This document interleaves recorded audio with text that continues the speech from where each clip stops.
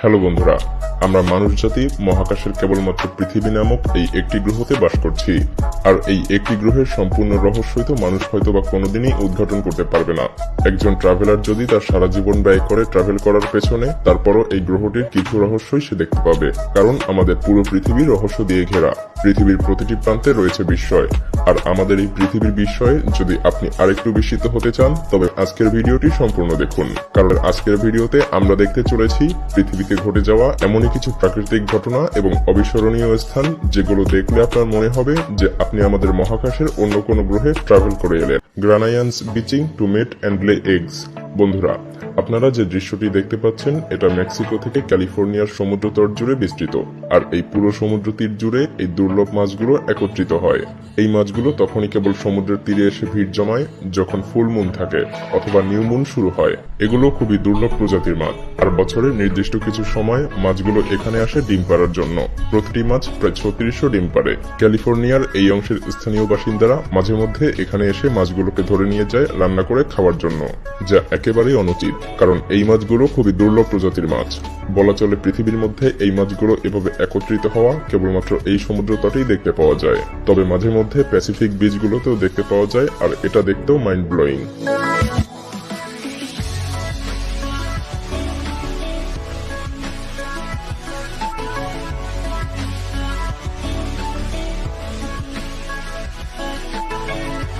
Christmas Island red ক্রাবস।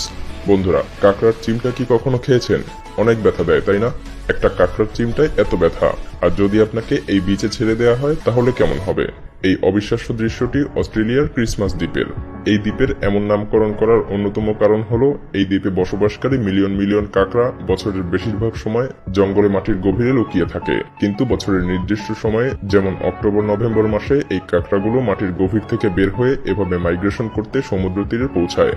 আর তারা এভাবে বছরের বেশিরভাগ সময় মাটির নিচ থেকে অল্প কিছু দিনের জন্য ছুটি নিয়ে বাইরে মাইগ্রেশন করার জন্য বের হয় বলে এই দ্বীপের নামকরণ করা হয়েছে ক্রিসমাস আইল্যান্ড। এখানে প্রায় 120 মিলিয়ন কাঁকড়া রয়েছে। আর এগুলো সমুদ্রে এভাবে দল বেঁধে যায় কারণ তারা নিরাপদ স্থানে ডিম পাড়তে চায়। স্থানীয় কর্তৃপক্ষ এই কাঁকড়াগুলো যাতে সমুদ্র তীরে ভালোভাবে পৌঁছাতে পারে, সেজন্য বছরের নির্দিষ্ট সময়ে কাঁকড়াগুলোর জন্য রাস্তা বানিয়ে থাকে।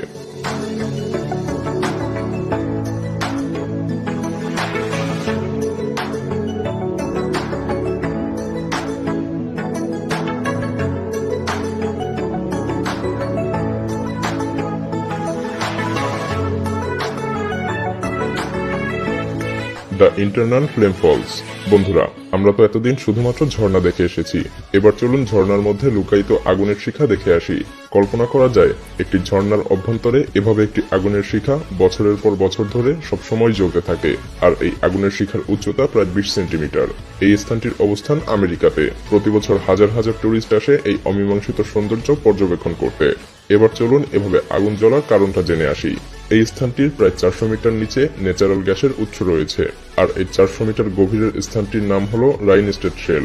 আর সেই গ্যাসের উৎস থেকে ইথেন এবং প্রোপেনের মিশ্রণ এই স্থানটি দিয়ে বের হওয়ার কারণে হাজার হাজার বছর ধরে এভাবে আগুন জ্বলে আসছে। আর এই আগুনকেই পাহারা দিচ্ছে এই অপরূপ সৌন্দর্যময় ঝর্ণা।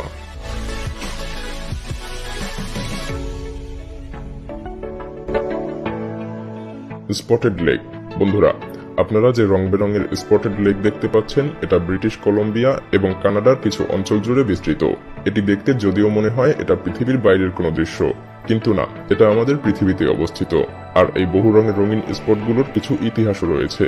আর তা হলো, প্রথম বিশ্বযুদ্ধের সময় এখান থেকে প্রতিদিন প্রায় 1 টনের বেশি পাওয়ারফুল ক্যালসিয়াম সংগ্রহ করে বিভিন্ন কাজে ব্যবহার করা হতো। এই রঙিন পয়েন্টগুলোতে অনেক ধাতুর মিশ্রণ রয়েছে, যেমন ক্যালসিয়াম, সোডিয়াম সালফেট এবং ম্যাগনেসিয়াম সালফেট। আর প্রতি বছর এই অপূর্ব সৌন্দর্য দেখার জন্য হাজার হাজার ভিজিটর আসে এই দুর্গম জায়গায়।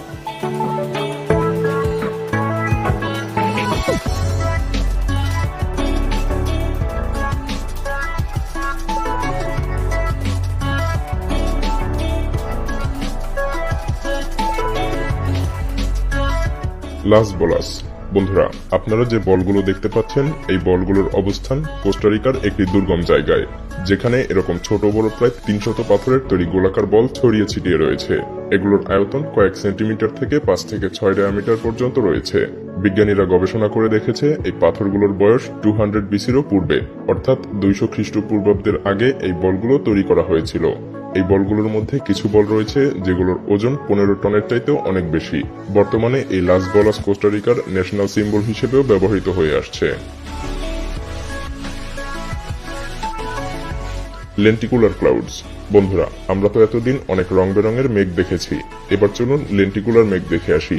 কারণ এই মেঘগুলো সাধারণত দেখা যায় ট্রাপোস্ফিয়ারে, আর এই মেঘগুলো অনেক আকৃতি ধারণ করে, যা অনেক মনোমুগ্ধকর। ভিডিওতে আপনারা দেখতে পাচ্ছেন এগুলো কিভাবে স্তরে স্তরে বিন্যস্ত হয়ে আকাশকে সৌন্দর্যমণ্ডিত করে তুলেছে। আমরা প্রতিনিয়ত যেসব মেঘ দেখে থাকি তা এই মেঘের আকার এবং আকৃতির থেকে সম্পূর্ণ আলাদা। এই মেঘের এই দৃশ্য খুবই দুর্লভ, যা সাধারণত দেখতে পাওয়া যায় না।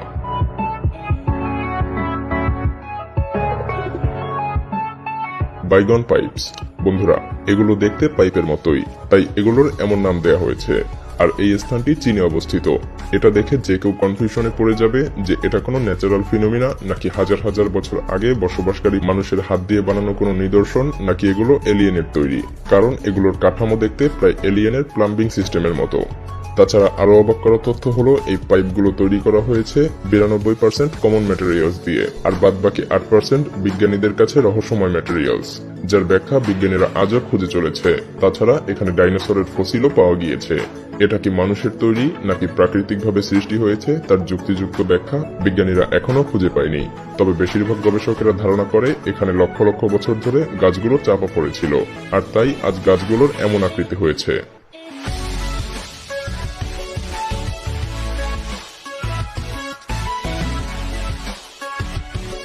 ভিডিওটি ভালো লাগলে শেয়ার করতে পারেন, এবং আপনি যদি এমনই রহস্য রোমাঞ্চ, আনকমন আর ইন্টারেস্টিং ভিডিও দেখতে পছন্দ করে থাকেন তবে এখনই সাবস্ক্রাইব করুন এবং পাশে রাখা বেল আইকনটি প্রেস করুন।